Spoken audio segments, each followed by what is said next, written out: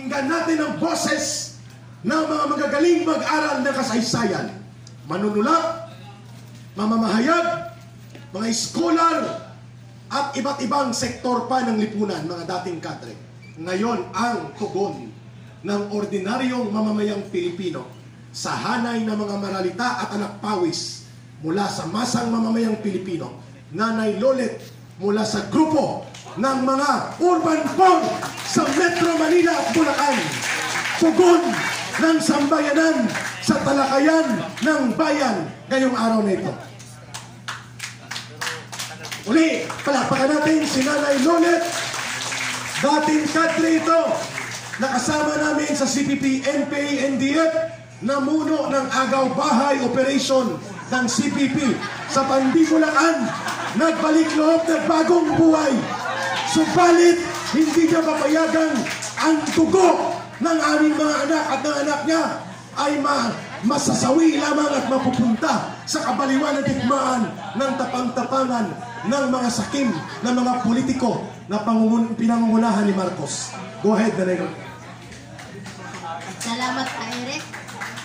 Magandang umaga po kay Atty. Harry Roque, sir. Good morning. Ma'am Lorraine, good morning.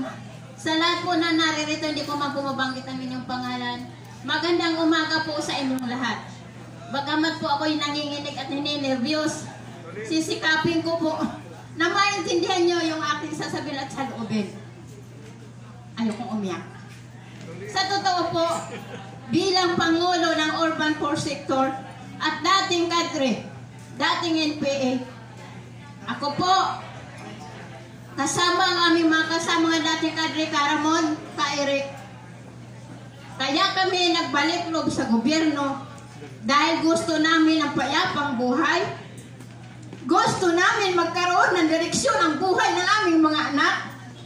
At gusto namin ng payapa ang ating bansa. Kaya kaming dating mga kadre at NPA nagbalik loob sa gobyerno noong panahon ni PRRD.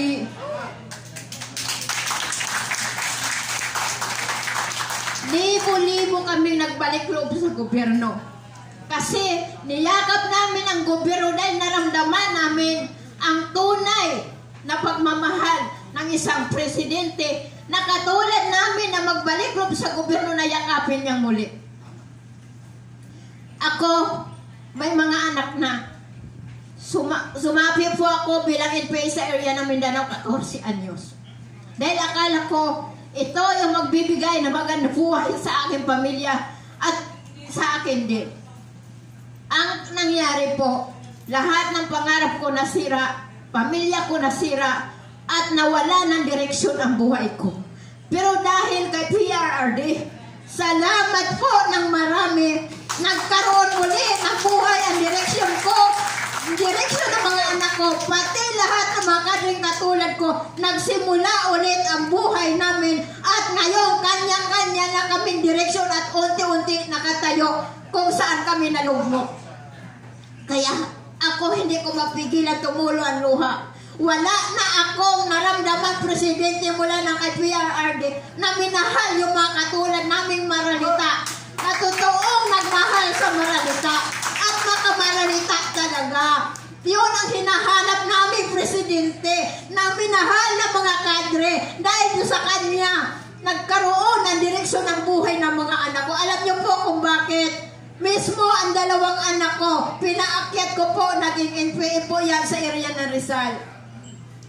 Sabi ko nga po, kung walang PRRD, hindi ko alam kung buhay pa ako, hindi ko alam kung napag-aral ko yung dalawa kong mga anak, hindi ko alam kung nasaan kami ngayon.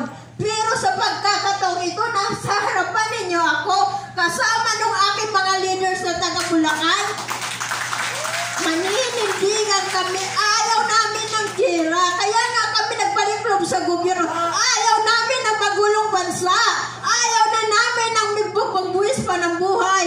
Ilan pa ba ang magbubuwis ng buhay sa walang kakwenta-kwentang war na ito ginagamit tayo ng US? Matagal na tayong pinagsamantalahan itong US na ito. Itong ibang bansa na ito na dapat tayo ang nagpapatakbo, tayo ang nagdidesisyon para sa ating bansa. Hindi sila dapat ang magdidesisyon desisyon para sa atin. Sana ang gobyernong ito magising. Sana gumising na po ang gobyernong ito na walang patutunguhan itong EDCA na ito at itong sinusulong na digmaan. Ang magiging biktima ay mga anak natin, mga pamilya natin at kinabukasan pa ng maliliit na mga bata. Ngayon kung gusto nila magpakamatay, sila na lang, wag na tayong isali. Yung mga anak niya na lang ang isali niya doon, iumang niya doon. Wag na yung pamilya natin, lalo na yung mga maralita na naghihirap. Dapat ang labanan natin yung kahirapan. Hindi itong animal na war na ito yung magiging salot sa ating bansa. Iyon dapat ang labanan natin, yung kahirapan, yung bigas. Totoo naman po na talagang may 20. Pero tumaas na 20 yung ating bigas, parang awa yun na. Hindi na namin kaya, 2 beses na lang kami kumakain sa isang araw, minsan isa na lang. Iyan ba ang gobyerno natin ngayon? Nasa ba ang puso nila? Parang awa nyo na. Kung gusto nyo ng digmaan, kayo na lang makapagdigma. Umalis na kayo dito sa Pilipinas. Magandang umaga po. Maraming salamat. Very, very clear. Damdamin yun ng sambayanang Pilipino. Marcos Jr., pakinggan niyo yun. Maglunsad ka po, Pangulong Marcos, ng digmaan sa kahirapan at terorismo. Sasama kami. Pero yung digmaan para bawiin ang mga bato sa dagat na hindi naman tinitiran, kayo po mauna doon. Kapag sinakop tayo ng anumang bansa, Amerika, Hapon at China, kahit ako'y uugod-ugod na, magbubuluntir akong lalaban. Pero hindi para bawiin ang mga bato at mga lugar na hindi pa na-establish na teritoryo natin, hindi nga natin mabigyan ng bahay at mga lupain ang magsasakat mga katutubo. Tayo'y makikipag-agawan sa bato na wala namang pinatunguhan. Giyera para sa bato? Excuse me. Pero pag mananakop ang China, nakikinig ang lahat. Kahit ako'y uugod-ugod, lalaban